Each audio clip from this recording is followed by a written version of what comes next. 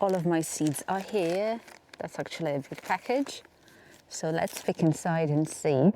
And it's crazy, but I'm going to plant everything in here next season. I chose to sit next to a pomegranate because that's the only green thing in the polytunnel right now. And the pomegranate looks almost completely lifeless because of the frosts. So it seems like a comfy place, and it's warmer in the polytunnel than outside. And I'm going to show all of the seeds. To be honest with you, I have bought them in September and I already knew what I wanted to buy even since July and August. For me, it's always interesting to show what I'm going to plant next season because unlike many people, I always analyze the yield and analyze the results and the varieties of the vegetables that I buy. And for me, buying seeds is mostly about buying the more productive varieties for my climate based on all of the results that I get. That's why I still introduce some varieties, really high yield varieties, into every season. And I have already told you that I prepare and I save my own seeds. All right, let's begin. So I sorted all of the seeds into categories. And I think that it's better when you want to find some seeds, or like it's better just to see what varieties you get in one category. Like for me, it's very convenient. Like I like to sort everything out. Cucumbers. So cucumbers, I haven't got many of them because I have a very nice experiment that I have conducted. That one cucumber plant produces a lot of cucumbers. And that is the first experiment I had this year. And until this first frost at the very beginning of October, I had really nice, crunchy and juicy cucumbers just from one plant. That's why I decided to buy only a few of them. And I was particularly choosy about the number and the amount of cucumbers in one bunch. So I chose from like 2 to 5 cucumbers in one bunch because I love this variety of cucumbers. There is one variety though that was a must on my list. It's this variety, and that is the variety that I planted in the polytunnel this year, and it produced really great results. That's why I decided to buy it again, and I'm going to plant it in the polytunnel as well. Category of carrots. I've got a lot of carrots right now. Unlike cucumbers, I need a lot of them because recently it became really hard for me to grow carrots of a really good size, and I'm striving choosing carrots for different periods of crop. So for me, like the majority of crop that I get is the crop that I get closer to autumn, but also I want to have fresh and nice and of good size carrots in summer. So I chose some of the late and early varieties. So there are the varieties that I bought even in several amounts because they say that it's a very good late variety. I'm going to plant it. Also, I have an early variety that I liked this year and I decided to choose it again, and some other varieties that are probably really popular, and I obviously want to try them out.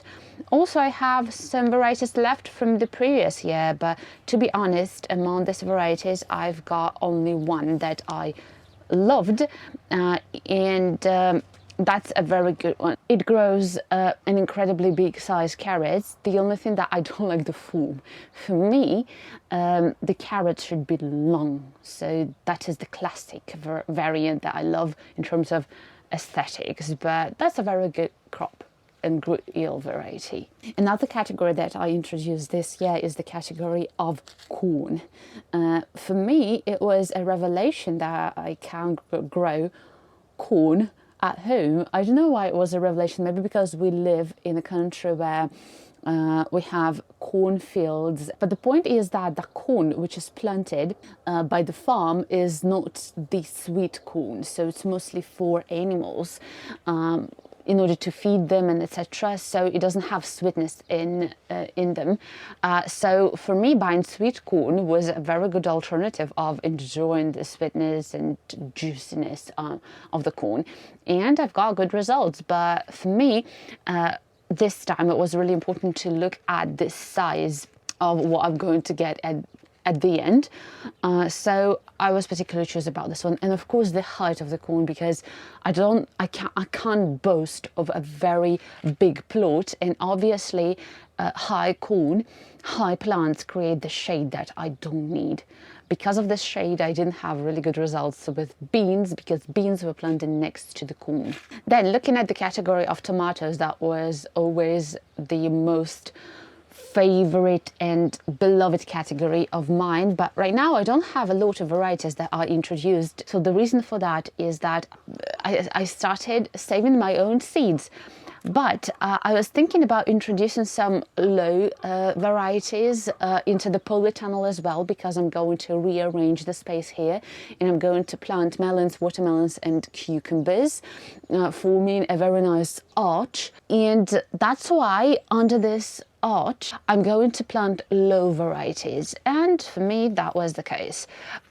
So among the low varieties, I decided to pick the ideal form, which is good for preservation for me, and that is the form of a type of a plum form.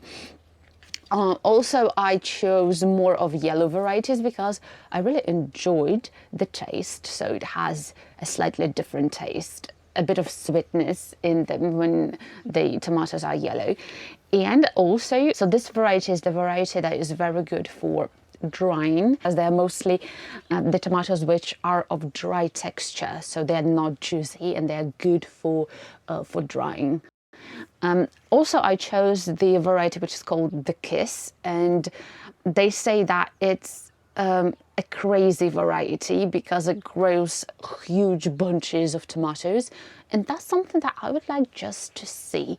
I don't think that it's going to be the variety, like always to go variety for me, but just for 1 year it could be a very great thing to try.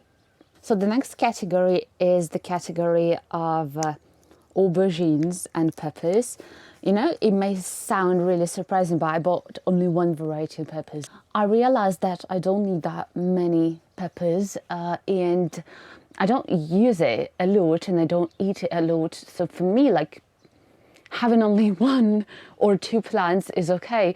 That's why I was particularly choosy towards the amount of peppers that are going to be, for example, in 1 plant. And I chose this one, which is really unusual and great. And I saw some of the results from different people, and that's why it was really appealing to me. Then aubergines. I've got so many mistakes with aubergines, and because of the thing that we have a huge problem with the Colorado beetle, and if we buy the aubergines of a very late crop, the problem is that when the aubergine starts to produce some vegetables, the Colorado beetle eats everything, the flowers, the vegetables, the leaves. And I decided to buy all of the aubergines of super early variety. So that is something that I'm particularly excited about. And I realized that most of the people in our region buy aubergines of early variety. I don't know why I always buy of late variety. Maybe because on the market there are many aubergines of late variety, like the choice is extensive and you always pick judging by what you have on the cover of the seeds, but not what's inside or what is in the description. Peas and beans. So I've got lots of changes here as well. So the first thing is that I decided to completely refuse from the peas of low varieties, and I decided to choose climbing varieties. I don't like the way low varieties grow, and this season showed that it was a complete nightmare for them, since July was really wet, and because of it we lost half of the crop of peas because of how wet everything is. And low varieties, they are always on the ground, and because of it they started to get rotten. And that's why for me it was really important to buy the varieties that are going to be high. So in general, what the description says, that most of the varieties is going to be from 160 to 170 or 80 centimeters in height, which is really important. I bought some climbing varieties of beans as well, and just classical variant of beans. So I'm fond of beans, but for me it's really hard to choose the varieties. I have one variety that I particularly love, that is a climbing variety of beans. But the hard frost at the beginning of October showed that it's not a very good variety for climate, because it started producing a huge amount of crop exactly in October, when it's getting cold and the hard frost can hit everything, and we lost everything during October. So I don't even know, probably we gathered only around 1 kilogram of beans, even less than that, half a kilo. And that was really sad. That is still a long journey to pick the varieties that are both satisfying for me and are okay in our climate condition. Category of all of the herbs that I'm going to plant. For me, I stopped buying herbs approximately 3 or 4 years ago, because I dry everything on my own. I prepare the blends.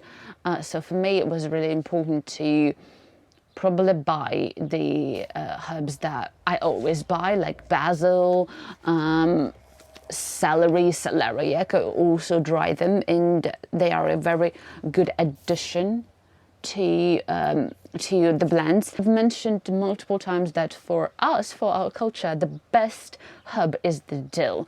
Many people use dill, but basil is something like very exotic. But I started adding basil to some of the dishes, and for me the taste is divine. So I'm introducing more and more, I'm trying out more and more greeneries and herbs.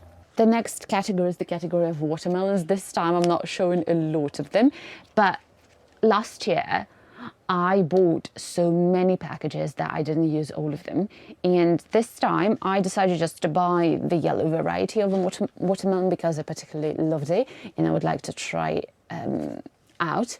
And all of the watermelons of the previous year remained to be here, and I'm going to graft them. That's why for me it wasn't like a huge purchase this year. Sometimes I do like when some of the seeds remain for the next year, because I know that this category shouldn't include like buying lots of things. I'm always trying to cut down on the amount of seeds that I buy, but it's not always possible. So the next category is the category of pumpkins. Also, I somehow have melons here. And with the pumpkins, I always plant them in order to get dried pumpkin.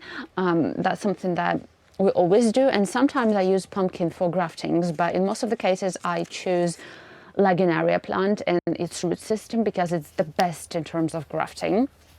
And I buy several packages of lagenaria, because the sprouting power of lagenaria is really, really bad and really low. And even out of 10 seeds, there can be only 3 or 4 seeds that are going to sprout. So I need a lot of packages. So the next category is the category of beetroot. I also have more than usual, because carrots and beetroot are the categories where we need lots of them, because we freeze a lot of carrots and beetroot. We cook lots of soups. It's very beneficial. So in our culture, beetroot is extremely popular in most of the dishes. That's why I need a lot of it. As well as I bought, again, the different varieties in terms of the crop, so of late and early crop. And gradually I'm getting closer and closer to the end. So the next category is the category of different varieties of cabbage. So I have cabbage of early and late crop. And I decided to buy the package of professional seeds. There are about 100 seeds in a package, and that's something that I would like to invest in the future, because buying professional seeds is a lot better, because you definitely know that you're going to get the exact variety that you're buying. So I've got cauliflower. With the cauliflower we also get a certain problem. And for me, that was really important to buy the varieties that are of early crop, because early crop showed the best results this year, and late crop didn't show any results at all. With broccoli, that's the same headache. We never get really good heads of broccoli. I don't know what the problem is, but I again followed the same logic and decided to buy broccoli of early crop. Maybe this late crop varieties are not very good for our climate. And of course, different varieties of just onion that we can grow from seeds. So we grow both from seeds and from onion sets. And this year, the result from seeds was so impressive. So one bulb of onion was almost half a kilo. Not almost, but it was half a kilo. So I was particularly interested in buying the varieties that say that they can grow up to even a kilo for one bulb.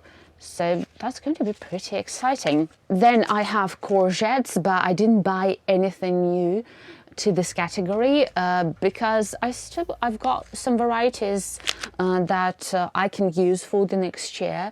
This is from the previous year, and to be honest, we don't plant lots of courgettes. Thank you for staying with me till the end of this seed haul. But that's not all. The second part of this video is going to be about the flowers. See you soon. Take care.